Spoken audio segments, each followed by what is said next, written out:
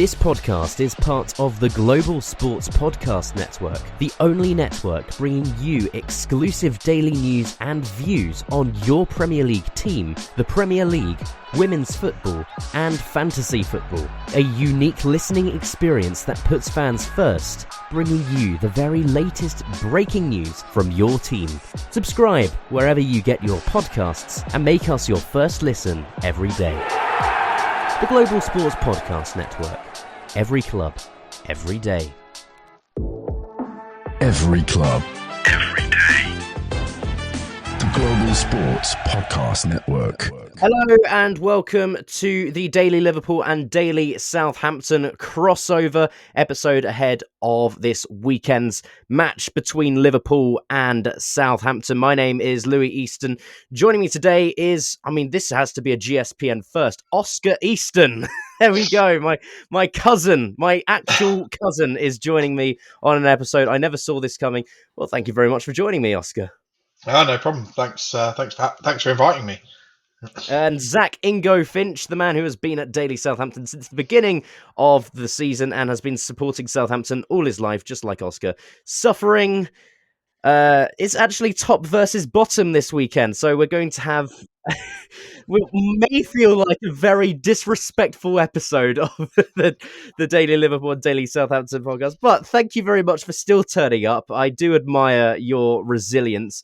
Do you feel resilient for the rest of the season? Let's start off with that question, Zach. Well, do I feel resilient for the rest of the season? I would like to not watch us get beaten by more than 5 goals every game for the end of the season. If that happens, I think I'll be happy. Will it happen Saturday? Probably not. I could see us getting a drubbing, especially considering our current manager seems to just roll the dice on what position and what lineup he's kind of playing. Sentiment has very much turned on him in recent weeks, us included, because he's just been odd decision making. I think even he's kind of noticed now that his time is up and is kind of like, I would like to stick around after the season. In the week, it's kind of been come out that he will be potentially replaced with Danny Roll at the end of the season, which we've kind of discussed about a little bit. But it's just we keep going to the games and we keep hoping something different's going to happen, and it tends not to. This poor broken soul. So we visited Southampton twice this season. Liverpool winning 2-1 in the League Cup and winning 3-2 in the Premier League.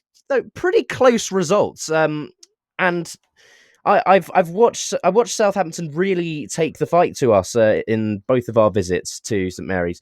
Oscar, did you see it that way? Did you see some fight? And is that just the minimum of what you're hoping for this weekend? I don't want to write Southampton off. It does seem like a bit. I'm not going to say anything actually because I predicted that we'd be 4-0 up against PSG at half time. Now, that word you use, resilience, is interesting because that's something that I don't think we've seen in any way, shape, or form this year from the team. Actually, probably a bit more so under Russell Martin, to be honest. And I think both of our games we played you was with him as manager. I think we are not necessarily playing worse now, but are definitely worsely placed to play you this time. The way we play now, I am very nervous for Saturday. I think this could be an absolute pasting because I'm pretty convinced he's going to stick with this man-for-man marking suicide football, which against Salah, Jota, the attackers that you've got is going to be a problem. So, yes, not particularly optimistic. Well, that's. I'm trying to make this interesting. I'm trying to offer a hand to Southampton. But something very interesting I saw in your match against Chelsea last time out. Joe Aribo at centre back. You talked about those random positions. Zach, that's quite the animated response from you. What do you make of Joe Aribo at centre back? interested at all by Ivan Juric's experimenting, or do you just want it to end? I can understand that we've got a bit of an injury crisis at the moment, but we also did have players that could have played in those positions, and just actually playing players in their correct positions at the moment just seems like a fever dream, and that is a problem. To be clear, Greg makes this point quite a lot. He is our top goal scorer, and he has dropped back and back and back. We've put him in centre back, and he did an okay job considering that he's not in that natural position. But it just seemed like a bunch of bizarre decision making to try and it would be interesting to see what he would be like with a full squad with no injuries. But I also don't think that it would be that much different to how it is now, because all of the players that we've got out injured, whilst collectively are good for 85 minutes, are also the same sort of players that have made the small mistakes that have put us in the position we're in so far this season. Right? I think we're still top in the table for the most individual errors that led to goal scoring opportunities. So this is the thing, right? I understand trying to make it interesting and make it exciting. We're just kind of done now. I shouldn't be laughing. We literally did an episode. Greg did an episode on what the future is going to look like in the Championship. We did a bit of a reminisce. Me and Oscar did a bit of a reminisce yesterday as well, didn't we? On old transfers that we've been linked with, and how I think we just kind of have to live in those days where you are actually poaching our players. Whereas now, who do you want from our team? It's a good question, and I was just going to mention Joe Aribo, also your top goal scorer this season with 3 goals in the Premier League. Anyway, moving on. So I would like to. I think our second top goal scorer is also a centre back, for the record. So, what? Someone that's not going to be playing. Bednarek, and you have got a few injuries. I'm just looking at it now. Fraser, Lallana. I mean, that would have been amazing to see Lallana play at Anfield again. Bednarek, Stewart, Ugo Chukwu, all out. For Liverpool, we're just missing Gakpo at the moment, still coming back from an injury. We'll talk more about Liverpool later, I'm sure. But just moving into comparison of the squads, I do this thing with crossover episodes whenever I'm hosting them. One player that you could have from each other's side. I'll go with your team first because, I mean, let's face it, you're going back into the Championship next season probably with look to regroup and rebuild probably. From each of you now, if you could have one of our players to help you in that rebuild, what's the position you're looking to strengthen the most? And is there anyone from the Liverpool side that you think would be a massive catalyst in that rebuild? Oscar, I'll start with you. Do you know, probably position-wise, we need a goal scorer, we need a striker, which is actually probably something you guys are looking for as well. It's true. I'm not saying I wouldn't take anyone, because at this point I probably would take anyone. I think Gakpo, I mean, I would have been interested to see what would have happened with Gakpo if he'd have come here before he came to Liverpool. Because we were quite heavily linked with him at the time, and I think it was just the fact that he didn't score. Was it if he scores 1, he's going to Saints, if he scores 2, he's going to Leeds, if he scores 3, he's staying, or something like that. So he might have been one that would have been of interest. I think for us, what we need as well is we need someone with a bit of character that's going to help, that's just going to help rebuild a crumbled morale, and so again, maybe Van Dijk would have been another. It sounds silly, obviously. Obviously you're going to take Virgil van Dijk, but someone with a bit of character, might have helped, even though he's a bit of a controversial figure around the club.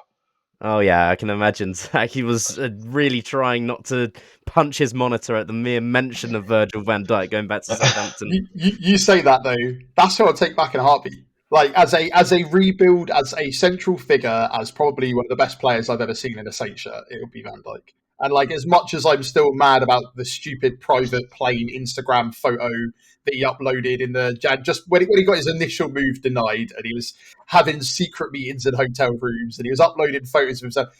You look at tapping him up as well, but you look at what came out of that for you, and you look at the career he's had now, and you look where he's at, and it's I'll take him back in a heartbeat. And other than that, strengthen up the midfield, Szoboszlai or Endu, just anyone to just sit in that midfield area, because that is where we're going to struggle. And that is where we've struggled massively. We keep getting overrun in the midfield, and then that results in our centre backs having to do probably far more work than they should. So, but yeah, if it was I had a dream and I could start from scratch, it would be Van Dijk, hands down. Yeah, I mean, we look at Van Dijk and we just think every time he plays, thank God we have this man. He has bailed us out of so many difficult situations, especially under Klopp when it would just be Van Dijk and Matip or Konate or Lovren at times as well, just left back. Another one that we took from you. I genuinely didn't realise that until I said it out loud. Remember, Van Dijk was his replacement. You bought the guy and his replacement. We bought 3 players from you at the same time. I remember Lallana, Lovren, and Lambert all in the same transfer window. We also got around the same time. We got Klein, Sadio Mane. It was just an absolute mugging. I mean, obviously, our director of football must have been a massive Saints fan at the time. They all seemed to work out relatively well for us, barring Lambert, but he never was meant to be. He was meant to fill your registration roles, wasn't he? And he did. Yeah, he probably was. I don't know how true it is, but I'd heard rumours it was a make weight with the Lallana deal, but I don't imagine that's just sentimentality, to be brutally honest. It 100% was. And, if we ever needed a penalty at a crucial moment in the game, he was pretty good at those, wasn't he? We are going to take a short break. We'll talk more about Liverpool up next. But first, it's time for you to hear more about the platform we use to record our podcast here at the Global Sports Podcast Network, Zencastr. Here at the Global Sports Podcast Network, we spent a lot of time selecting our delivery platform. Zencastr came out as the clear winner, with 4K video recording from your phone, AI editing that automatically removes all those ums and ahs. It's super easy to start a podcast that sounds great and is delivered efficiently. If you're ready to tell your story, check out the link in the description to learn more about Zencastr. So just before I hand over to you for your questions about Liverpool, I think, I completely forgot to answer the whole who would I take from Southampton thing in the Liverpool team. I'm just looking at your squad. I probably, you're laughing, but I'm genuinely trying to concentrate here.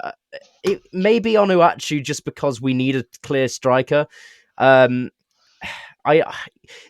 was going to say he's an aerial threat, but he hasn't scored many from corners this season, has he? Not that I can remember. He is he can't head a ball. So, to be fair, he did nearly score a header against Chelsea, but considering his size, he has excellent chest control. And as you might have seen, I think it was the 3-2 game, or maybe I'm not too sure. He can do a few step overs.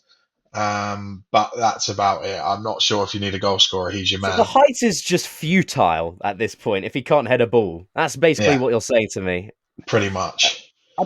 In that case, I'd probably try and. Trent's probably off in the summer, and it looks like Conor Bradley will be his replacement. But I think Kyle Walker-Peters is a terrific player. Under the right system, though, I will say. Because he's very good with his feet and his energy is brilliant. I've seen him play live for England as well, back when he was playing for England, before we had a plethora of right-backs. I thought he was going to be fantastic, and I was amazed that you held on to him when you went down as well. I don't know if you felt the same way at the time. Very much so. Great player. Anyway, I'll hand over to you now. I'm done talking. It's yours to lose, right? Yeah. Tell me, how do you feel about it? How do I feel about it? Well, look at it this way. We come to this game. Well, we both come to this game after a rest because neither of us are in the FA Cup anymore. Am I correct in saying? I can't remember. Yeah. Okay. Good. But we've had to play midweek football, so I just don't want us to have put all of our energy into PSG and then left nothing for Southampton. I will just say, as a disclaimer, the PSG game is happening at the moment. It's half-time, it's 0-0. Come on, Liverpool, let's get a good second half. Anyway, just get that out of the way. I've got my beer right here as well. But it is definitely a game to lose for Liverpool. First versus 20th. I think it says it all. Liverpool haven't lost in any of their last 5. Southampton have lost 4 of their last 5, and since Juric came in as manager, he's lost 9 out of 10 in the Premier League. So that's not a great stat for the new manager, and it seems like the sacking of Russell Martin really just it just made no difference at all. But I think to answer your question short, yes, it is our game to lose. Thought as much. So obviously we sorted out the game. So is the title yours to lose? Because I'm looking at this title race right now, and I genuinely don't see how the rest come back in at this point. And I don't know if anyone realistically predicted at the beginning of the season. Did you feel that way? Did you feel with a No, new manager that you were just going to suddenly storm ahead, or did you feel like it was going to be Arsenal? And it seems even now like just the gap just seems, I don't know. It's not as exciting up the top because I think you're just running away with it. And at the bottom, also, it's the 3 teams that have come up and going straight back down. It's a bit of a yeah, it's weird year. disappointing. It is a very weird year, especially when you look at how tight it is in that battle for the top 4 as well. I think that's where the most interesting part of the season is still to be played. But yes, I think it definitely is ours to lose. We've only lost once all season. I can't believe I'm saying that with a new manager. It's mental, isn't it? And that game was actually at Anfield, which I find even stranger to believe. And Van Dijk was playing, so that it feels like if you have a game with Van Dijk at Anfield, you shouldn't really be losing. But we did against Forest. But yeah, 13 points clear going into this weekend. One game played more than Arsenal, granted, but it's not Pep Guardiola's Manchester City in 2019, 2020, those years. It's Arsenal who haven't been champions before. That's why I think we have an edge. I know Slot's first season, but when you look at the figures that have been around the club through it all, it does feel like it probably is done now, the title race. I don't like saying that, but it probably is. I also actually still feel that even though this is going to sound, and I'm not saying for a minute, I think they're going to win the title. I don't think I think if you lose the title, I don't think it will be to Arsenal. I think the only person it would be to would be City. I That's just think, true. I know City have been terrible this year. I'm not saying they'll do it, but I just don't think Arsenal have got it in them personally. Something in me says, and I'm not a massive Arteta fan as it is. I just think they are perennial, maybe not That's use the word bottom interesting. jobs, but I'm sure they would love you for saying that. yeah, Well, City can get a maximum of 33 points from the rest of the season. We can get a maximum of 30. And we are 19 points ahead of them at the moment. It's yeah. possible. No, and I'm Very, saying very I don't unlikely. think they'll catch you. Yeah, No. I just don't think Arsenal will either. I can't see a world that Arsenal, maybe just don't want not, to a, see a world that Arsenal win the title. not a mention of Forest, maybe? Mm, no, I It would don't be think so. crazy. It would be the most unbelievable Premier League title story in at least 8 years. But I would, as a neutral, I would absolutely love Forest. And as a neutral, I'm hoping for them to win the FA Cup as well, just because their season has been unbelievable, and I think some silverware is definitely something that they deserve. At least something, or at least a final from this season. They have been the story.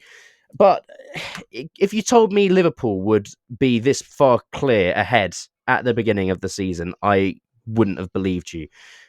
It's because it's his first season, and I really didn't know what to expect. I thought we didn't look fantastic towards the end of last season as well. There's a massive, massive change and a massive shift. But it seems to have been for the better, which is crazy to think. That midfield has been revolutionised for us. Gravenberch, McAllister, Soboslai, even at times Curtis Jones this season. I have watched it and I've thought, wow, we are good. We are very good. Yes, you are. Thank you very much. I think Gravenberch has been the biggest story of our season in terms of his switch from last season. I mean, people will say Salah just because he's gone on that crazy run of goal, assist, or goal and an assist in X amount of games this year. But I think Gravenberch has been phenomenal. His play in between the lines, um, like switching from defense to attack, and that counter attack, his pace, his decision making have all been second to none. And when you look at maybe the struggles we've had up front with Diogo Jota returning, I think he has been still trying to provide, and Darwin Núñez as well. He's been providing, and I just think if they could get their finishing boots back, or with Darwin Núñez, just get his finishing before he leaves in the summer, which is what it looks like will happen, that then he would have his numbers recognised, and I think Salah would be. He would probably have already broken the record for most goals and assists in a season. So I think that's a position that we will invest in the summer, a new striker, and I think we're looking at Milos Kerkez as well for the left back, which worries me a little bit about Robertson. Maybe he's being moved on, and I don't really want to see that yet. But an interesting time to be a Liverpool fan. I'm very optimistic towards the end of the season. Maybe we win all three. I'm going to say at least two at the moment. Judging by that first half, mate. You never know. You've got a tough hurdle to overcome on Saturday. If you can overcome that, then you can do anything. Out of interest, and I'm sure you've been asked this question quite a lot this year, so forgive me if it's a boring one for you. Oh no, go for it. It's fine. Your holy trinity of players out of contract at the end of the season. Who do you think will sign on? And if you could choose one of them to keep, which one would it be? I think it's actually Virgil van Dijk. That's the thing. Like, I'm trying to say it with a straight face, but I can't, because I'm saying it to two Southampton fans who have both been betrayed by him. But I think he has been holding our defense. Yeah, it's a long time ago now, and he's been holding our defense together that entire time. If you look at who he's been joined by, Trent's had his own defensive criticisms. I think that's fair to say. And Van Dijk and Konate at times have just both been bailing him out. And I think Konate has become good under the guidance of Virgil van Dijk. Just that calmness, that ability to not make any mistakes from the back in so many games, and also provide that attacking threat with those long balls and with that aerial threat in the box when he goes up for corners as well. I honestly think he's top 3 centre backs ever. I think it's him, Maldini, and Ramos. Honestly, like, they are just a level above everyone else. I think Trent will go, just because I think his head's already out the door. He hasn't been putting up the best performances recently. Got destroyed by Doku against Man City. Granted, he did nothing with it afterwards. But I think he's gone. I think Bradley will become the long-term replacement for him. And I have so much trust in him. Salah, I think 50-50. And it's worrying me that there's not been much talk about anything being proposed at this point. I've heard stuff about that's the thing. Once you get into that last year, it's usually fairly indicative, and maybe it's different with Van Dijk, but yeah, I think certainly for Salah, I know the Saudi league was, rumours were rumbling last year, and for me that makes sense, for them as an Arabic speaking player to come in. He'd almost be the poster boy for that league if they could get him. Trent, as I say, Real Madrid, I think he's best mates with Jude Bellingham as well, isn't he? So yeah, he is, I'd probably agree with you. To be fair, I think let's talk about Salah going back to Italy. I think I heard Inter mentioned. Okay. I can't remember what the source was or if it was trustworthy or not, but that's the club being thrown around. I think Salah wants to stay. I think Van Dijk wants to stay. I don't think Trent does, and I think he's probably going to leave. He'll do a McManaman, go to Real Madrid, win the Champions League, and then have a split fan base in Liverpool for the rest of his life. Maybe he'll come back. Who knows? But he's probably the one I wouldn't mind losing out of the 3. Salah would just be so annoying, though. When he clearly wants to stay. He loves playing at Liverpool, and he's been our best player since Steven Gerrard. And I don't want to lose him. I've got such an attachment to him, and he's such an icon now in Liverpool and Egypt and world football. So Fine, we can teach you all about loss, mate. You get attached to a Saints player and you keep him for half a season, if that. Tyler Diblin rumours after he started about 2 or 3 games, and people had already had him sold to half the clubs in England. So it gets easier, I promise, if he does go. But I would be surprised. Is where I've had my fair share of heartbreaks. I think the thing is with Trent, though, it's the fact that he came through the academy, so it's not like we paid anything for him and then he's leaving on a free. It's the fact that it's to a club that it's the fact that we are a massive, incredible team at the moment, and he's choosing to still go to Real Madrid. And he's from Liverpool as well. And we got so used to talk about Gerrard rejecting all of these clubs to stay at Liverpool when we weren't that good. Chelsea were desperate for him, and then I mean, we won the Champions League, I suppose, but but we weren't. We really shouldn't have. But yeah, well, I think what happens for the rest of the season will also have a lot to do with it. If we win the Champions League, I think he stays. with an asterisk on the end. Yeah. Anyway, that's enough contract talk for this one. I want to hear something soon, but until then, I really don't know anything. But we'll take another short break now, and then we'll get into our score predictions. Your body is unique.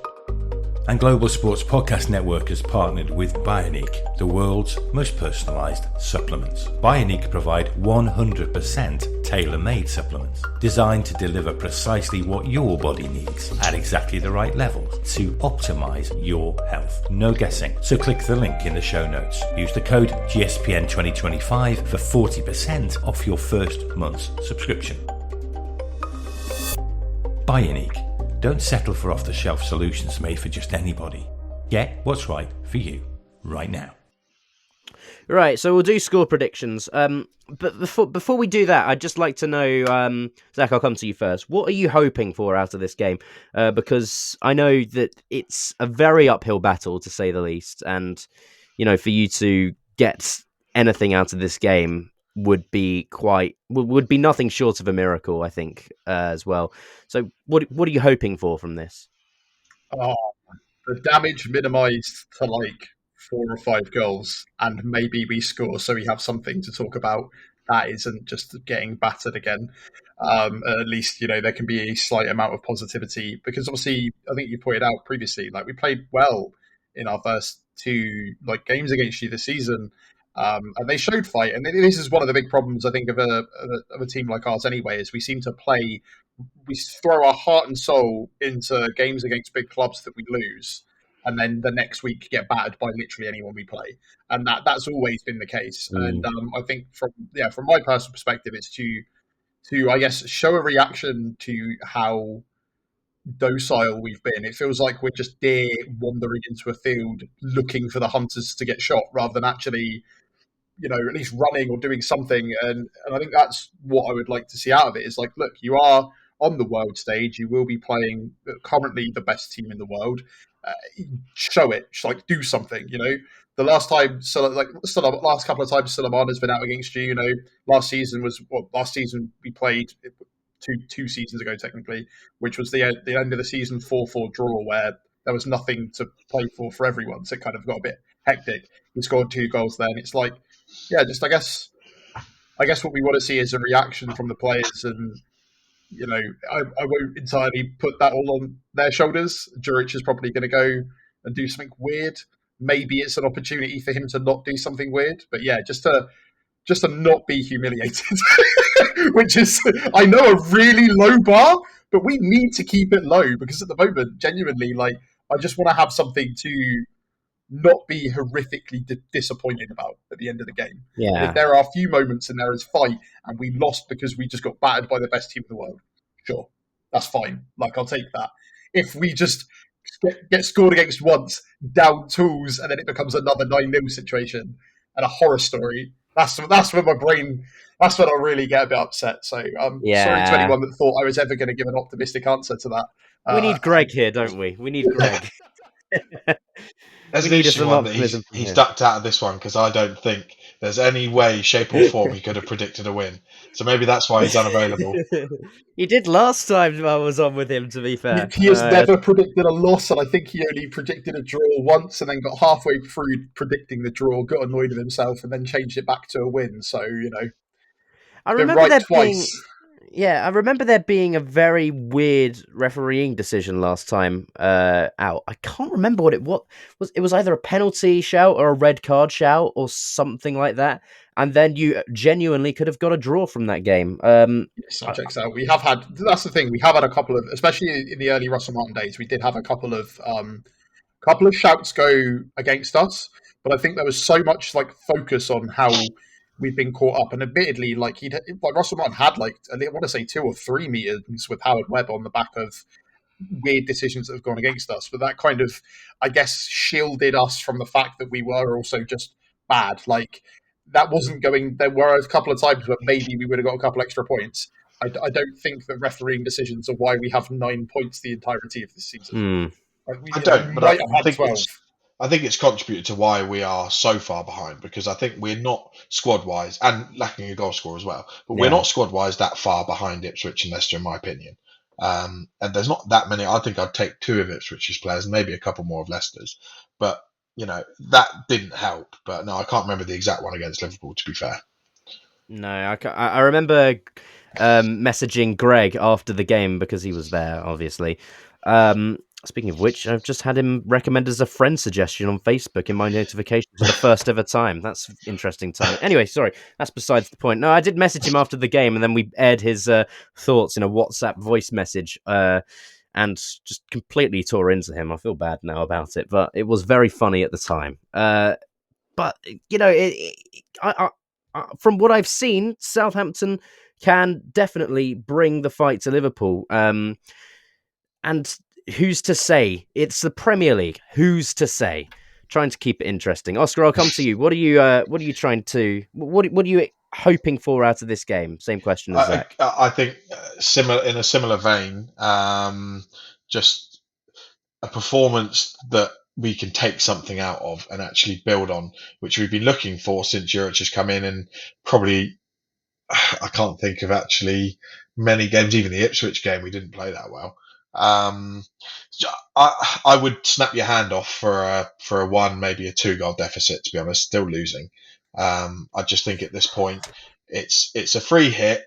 Go out, show a bit of fight, and build on something so that we can at least pick up a couple more points until the end of the season. I think we have to understand the quality's not there. I'd also like to see Juric actually change something rather than just. We've spoken about it before. We've gone from one stubborn manager with a philosophy to another stubborn manager with another philosophy, neither of which worked. And if I am concerned, as I said earlier, if we stick to the same thing that we've been doing, it's going to be a real problem, because I think it plays so perfectly into Liverpool's hands. So, maybe a little bit of a change. He said he was going to do it before the last game and he didn't. Maybe he changes it a little bit and we can, have a plucky defeat. We've had a few of them this season, and they were a concern under Martin. Now I'd take it. But also, you mentioned a change in team. Aribo started the last match at centre back, as we mentioned, but Jack Stevens was an unused sub. Would you like to see him back in? Because I think he shows a lot of character. I don't know what his injury situation is, if he's had any recently, but there must have been a reason for dropping him. Yeah, he's just come back from injury, and before that he was serving his ban for pulling Kukureya's hair. So he's had his moments this year with discipline, which has been an issue. But you're right, he does wear his heart on his sleeves and he does play like he cares. I think the reason for Aribo playing there is he wants a left-sided balance. But actually, Harbour Bellis came back in off the bench, Chelsea. yeah. So, and he came back on and he actually looked like he was okay. So maybe we see, and I think Bednarik actually might be back. I don't know, but I think he said he was potentially going to be back. So maybe we won't see Aribo there. You also had young Nathan Wood on the bench as well. Yeah, again, a player that I think we all agree we quite like him. He was doing quite well under Martin. He was one of Martin's signings because he was an ex-Swansea player. Hasn't seemed to have been in much favour with Juric. We also spoke about about the fact he did this before when he was at Roma, playing I think was it a left wing or a left wing back at left centre back, and dropped Mats Hummels. So he obviously has a bit of a penchant for or something that fits in his system reason for doing it. So I don't know with the Aribo thing. For me, that's not actually even really the issue. It's just this ludicrous man marking system where they go man for man with players. So we saw Bella Kotchap on the halfway line with Neto. It was Nkunku on the right hand side with James Bree, and a back three completely split across the middle, leaving it 1-on-1. You do that with Aribo up against Salah, it's going to be a problem. Yeah. Or any of our forward players, to be fair. Well, exactly. Yeah, take your pick. Not to mention Soboslai playing as that sort of backup striker at times as well. But yeah, it will be. It does seem like the way you put it there, it could just be a matter of how many. And for your sake, like you mentioned, 1 or 2 deficit you would take all day. Which is a strange thing to say when you play 5 at the back. Anyway, we'll get into our predictions. What do you think the deficit will be? Zach, I'll start with you. I think I said previously anything less than 5, and I stand by that. So let's go with 4-1, because I feel like we need to do something. We need to have something to talk about. We need to do some sort of attack, maybe at some point. Maybe you're caught napping because you're like, you consider it to be so easy, and a ball comes in to Onuachu and he manages to head it in, and he gets to leave with at least a slight amount of montage of some of the clips of him playing for Southampton. But yeah, that's my unfortunate, sad best case scenario is a 4-1 loss to Liverpool. He's so likable, isn't he? All right, Oscar. Oscar, you next. I'm probably even a bit more pessimistic. I had 4-0 down because I just don't see us scoring. We struggled to score against terrible defenders, let alone against world class. So I had 4-0, and I think there's some stat where, is it 15 of the last 27 games we've conceded more than 3 goals? And quite a few of them have been 4-0. So we got Brentford, Brighton, Chelsea. Let's get the highlight reel out. Let's get the show reel. So let's add another 4-0 on there. Again, I would go. That's what my head says. I've gone with my heart before. I think I went with my heart 3-2 win against Brighton, and we lost 4-0. So I'm going to ignore my heart and just go with the head. Right. Okay. From my perspective, I'm looking at this from the opposite perspective to you. I always find these matches the hardest to predict because you go in thinking, well, we should batter them, and then we just never do. I mean, look at what happened against Plymouth. All of the Liverpool fans were saying, oh, we're going to absolutely smash them up, and then we lose. I know we had a completely different squad for that one, but the same principle. And I honestly think it will be one of those games where we see this so often under Slot. It's one of 2 things. Either we get 1 or 2 in the first half, and then we look threatening for the rest of the game and just don't score. That happens so often, but we get over the line. Or we score in like the 50th to 65th minute. That's happened a lot. And then we just defend for the rest of the game. And Southampton look like they could come close. So I think it's one of those situations. And I think it will be the first. I think it will be a 2-0 win. And it will be like, oh, we should have had a lot more. That happens a lot, especially when we don't have an actual good striker at the moment. We just rely on our wingers too much. And if Gakpo plays, I don't think he'll be back to his best yet. So I'm going to say 2-0 from a Liverpool perspective. I'm sure you'd both take that after your pessimistic account. 100%. And as I said, we've been called a banana skin multiple times this season by multiple other teams, and then they end up battering us like 4-5-0. So this is the problem: is that like previously I'd be like, maybe we will be a banana skin, and then I watch us play for 5 minutes again. I'm like, oh yeah, championship, ole ole ole. We're going down and straight back up. Well, maybe you will go back up next season in the Championship. We'll end the podcast there on that note. It's been an absolute pleasure having some very nice, humble Southampton fans on the Daily Liverpool podcast, and some completely different experiences on your podcast as well. So thank you very much once again, Zach and Oscar. You have been listening to the Daily Liverpool and Daily Southampton podcast. Take care, and we'll see you on Monday for the review from us. And whenever you hear from the Southampton boys, well, you can plug it yourself, Zach. How about this? Tomorrow we probably should have our preview, so that'll be exciting. And then we'll be back on Monday with our review. So yeah, listen in. It's going to be exciting. Thank you, Zach. Take care. Every club, every day. The Global Sports Podcast Network.